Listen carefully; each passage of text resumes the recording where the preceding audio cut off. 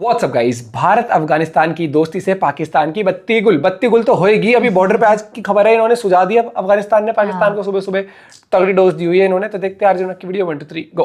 दोस्तों, आचार्य चाणक्य ने कहा था कि नजदीकी दुश्मन ज्यादा खतरनाक होता है और दूर का मित्र ज्यादा उपयोगी। ठीक यही बात भारत और अफगानिस्तान के बढ़ते हुए रिश्तों को लेकर भी कही जा सकती है। भारत ने पहली बार तालिबानी अफगानिस्तान की सरकार को एक आइडेंटिटी दी। भारत ने अफगानिस्तान के लिए अपने डिप्लोमेटिक रास्ते ओपन किए। हाल ही में देश के विदेश मंत्री एस जयशंकर जी ने भारत आए अफगानिस्तान के फॉरेन मिनिस्टर के साथ एक अहम मीटिंग की और ये क्लियर किया कि भारत अफगानिस्तान की राजधानी काबुल में अपनी एम्बेसी दोबारा खोलने जा रहा है। इसके साथ ही अफगानिस्तान तालिबान को इस फैसले के बाद एक लेजिटिमेसी मिली है, जहां वो दुनिया के नेताओं के सामने अपने देश के नेताओं को बिठा सकता है। भारत ने पहली बार ऐसा नहीं किया है जिससे अफगानिस्तान के लोगों का फायदा हो।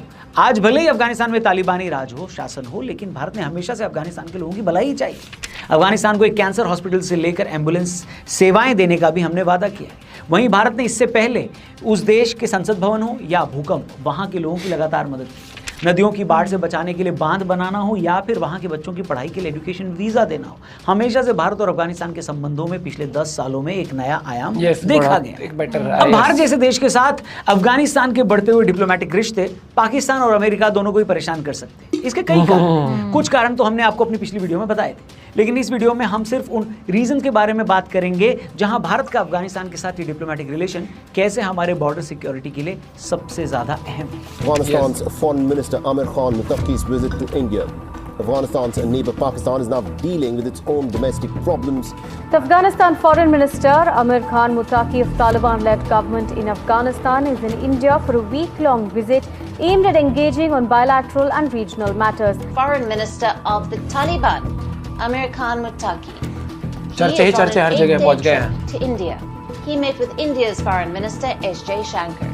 सबसे पहले तो अफगानिस्तान की सीमा Pakistan, Iran, Turkmenistan, Uzbekistan, Tajikistan और चीन से लगती है। यहीं से दक्षिण एशिया, मध्य एशिया, पश्चिम एशिया और चीन के रास्ते भी खुलते हैं। अमेरिका को भी जब एशिया पर नजर रखनी थी तो उसने अफगानिस्तान में ही अपना डेरा जमाया था। उससे भी पहले सोवियत रूस ने यह काम किया हुआ था, लेकिन कोई भी बड़ा देश वहां अपना कंट्रोल बनाए नहीं रख पाया। करीब 20 साल से ज्यादा टाइम तक अफगानिस्तान में रहने के बाद भी अमेरिका को वहां से अपना बोरिया बिस्तरा बांधकर निकलना पड़ा। यही एक बहुत बड़ा रीजन है कि इस इलाके को ग्रेवयार्ड ऑफ एम्पायर्स कहा जाता है। दरअसल इन इलाकों में हिंदुकुश और पामीर जैसी बड़ी पहाड़ियां हैं जो नेचुरली काफी टफ टेरेन्स बोले जाते हैं। इसकी वजह से यहाँ अटैक और बाहरी कंट्रोल भी काफी मुश्किल हो जाता है। वैसे भी अफगानिस्तान का इतिहास रहा है कि यहाँ अफगानिस्तान से बाहर जो भी कोई आया है, दूसरा एम्पायर कभी सफल नहीं हो पाया है। लेकिन अफगानियों की एक बहुत बड़ी नफरत पाकिस्तानियों से है। सबसे पहले तो अमेरिका के कहने पर अफगानिस्तान के अंदर पाकिस्तानी वायुसेना ने बार बार हवाई हमले किए। अफगानियों का ये लंबे समय से आरोप रहा है कि पाकिस्तान ने आतंकियों को पालने के लिए अफगानिस्तान का इस्तेमाल किया है। अरे बाकी को छोड़िए भाई, अभी कुछ महीने पहले खबर आई कि खुद अफगानिस्तान में बैठा तालिबान इनके आतंकवाद की वजह से परेशान है। किसके? पाकिस्तानियों की। बोला हद है यार पाकिस्तानियों। ऐसे पाकिस्तानियों के लिए अफगानियों की नफरत हमेशा से रही है। रही सही कसर पाकिस्तान ने हाल ही में सभी अफगानियों को अपने देश से निकालने के आदेश देकर कर दी। अफगानिस्तान के खिलाड़ी इब्राहिम जादरान ने 2023 क्रिकेट वर्ल्ड कप में पाकिस्तान के खिलाफ अपनी शानदार पारी के बाद player of the match award को पाकिस्तान से निकाले जा रहे डेडिकेट किया था। उन्होंने कहा कि ये अवार्ड उन लोगों के लिए है जिन्हें पाकिस्तान से वापस अफगानिस्तान भेजा जा रहा है। इसके अलावा अफगानिस्तान के कप्तान हशमतुल्लाह शाहिदी ने भी पाकिस्तान में रह रहे अफगान के शरणार्थियों के लिए अपनी टीम की जीत को समर्पित किया था।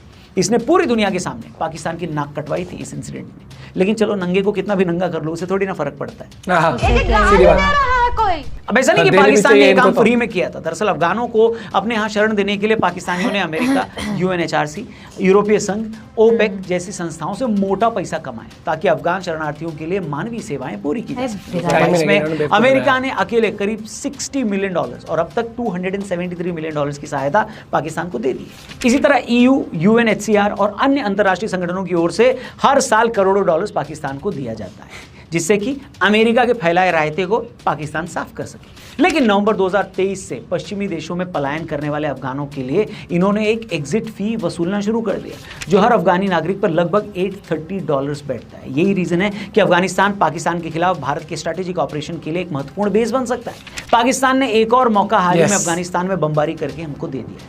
अब बताने वाले कहते हैं कि अफगानिस्तान के बॉर्डर पर पाकिस्तान की जो सेना है उसकी अच्छे से सेवा खातिरी की जा रही है भाई साहब।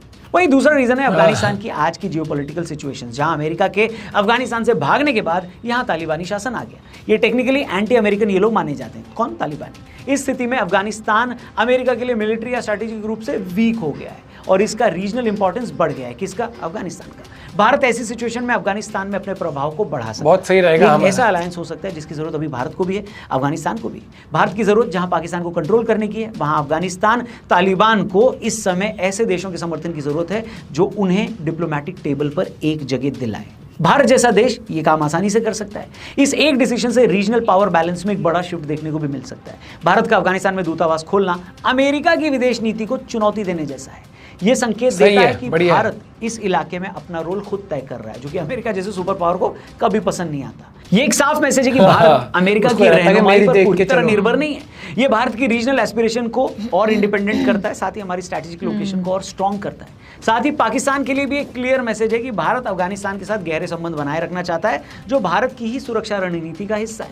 लेकिन पाकिस्तानियों को इससे क्या फर्क पड़ता है? निहारी खाकर सो जाने वाली कौम को कहां अपने पड़ोस से कोई लेना देना, बताओ। तीसरा रीजन ये है दोस्तों, वो सो कॉल्ड ढाई मोर्चे की लड़ाई, जिसके बारे में बात करते हुए पाकिस्तान हमको गीदड़ धमकियां देता रहता है। पाकिस्तान का ये मानना रहा है कि एक तरफ चीन और एक तरफ हमारे इंटरनल कॉन्फ्लिक्ट्स भारत को 3 फ्रंट पर लड़ने को मजबूर करेंगे और भारत ऐसी जंग में सबसे ज्यादा कमजोर पड़ेगा, ये पाकिस्तान मानता है। लेकिन अफगानिस्तान के अंदर भारत का बढ़ता हुआ कंट्रोल खुद पाकिस्तान के लिए एक और फ्रंट खोल देता है। वो ऑलरेडी पाकिस्तान में 2 फ्रंट वॉर से घिरा हुआ है। लाहौर में तहरीक लब्बैक वालों को भड़काकर पाकिस्तानियों ने ऑलरेडी अपने यहाँ सिविल वॉर के खतरे बढ़ा दिए हैं। लोन पर जिंदा रहने वाली कौम कहां तक इस सिचुएशन से निकलेगी वो देखने लायक होगा।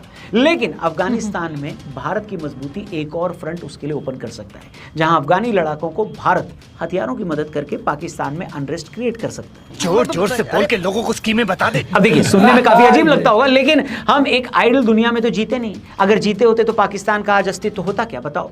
पर जब देश पाकिस्तान हो तो वहां सब जायज, क्योंकि पाकिस्तान एक भी ऐसा मौका नहीं छोड़ता है जहां हमारे यहां अनरेस्ट क्रिएट किया जा सके, हमेशा वो करवाता है। तालिबानी लड़ाके वैसे भी लड़ने के शौकीन होते हैं, क्योंकि उन्होंने लाइफ में इसके अलावा और क्या ही सीखा है। दूसरी तरफ पाकिस्तानी आर्मी के अंदर जर्नैलों का तो या तो प्लॉट या जमीन घेरना काम है, या विदेशों में वो लोग बंगले पाकिस्तान ऑलरेडी मल्टीपल फ्रंट थोड़ी काम है। ऐसे में 3 फ्रंट छोड़िए, पाकिस्तान एक फ्रंट पर भी खड़े रहने लायक नहीं है। ऐसे में भारत हर वो काम करेगा जिसकी वजह से पाकिस्तान अपने एंटी इंडिया मंसूबों को कभी पूरा न कर पाए। एक और इंपॉर्टेंट पॉइंट ये है दोस्तों कि एक मजबूत अफगानिस्तान ईरान को हमारी सीमाओं से दूर रखता है। ईरान एक शिया देश है जिसको ज्यादातर मिडिल ईस्ट के देश फूटी आंख नहीं सुहाए हैं।